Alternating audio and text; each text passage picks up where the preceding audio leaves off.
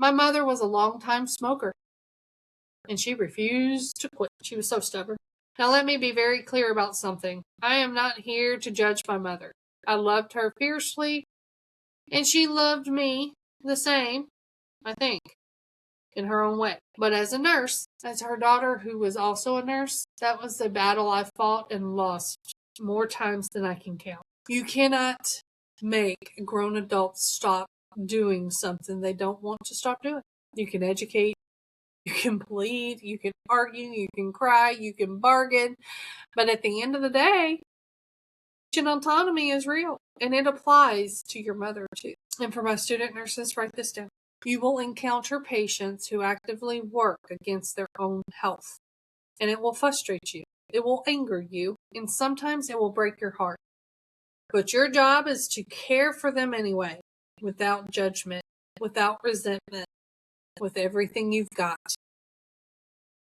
Even when the patient is your own mama. My mother smoked, and that smoking, combined with the reconstruction of her trachea and the radiation damage, created a ticking time bomb of aspiration risk that none of us fully understood until it was too late. So let me set the scene.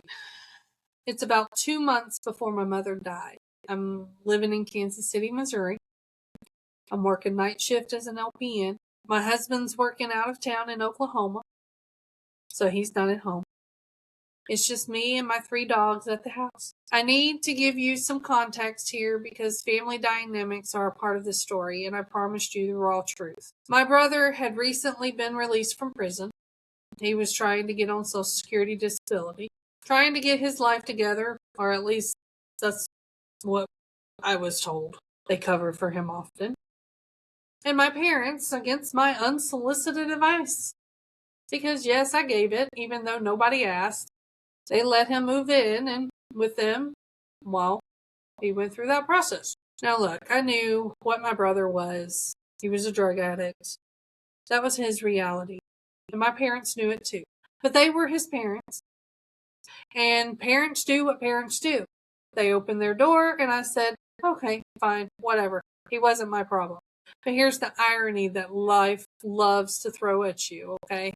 He was the one who called me that night. 1 a.m, I'm at work. My phone rings. It's my brother.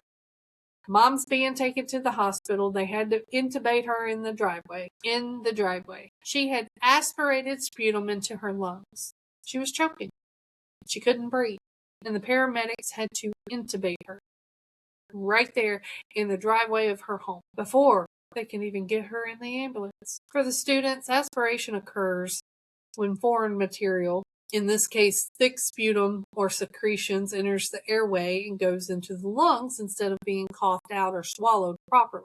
In a patient with a reconstructed trachea, damaged tissue from radiation, and a chronic cough from years of smoking, that aspiration risk is significantly elevated. The cough reflex may be impaired. The anatomy may be altered. The tissue may not respond the way a healthy tissue would. This was the perfect storm, and it hit at one time in the morning while I was 45 minutes away from work and 9 hours away from my mother. So what did I do? I left work immediately.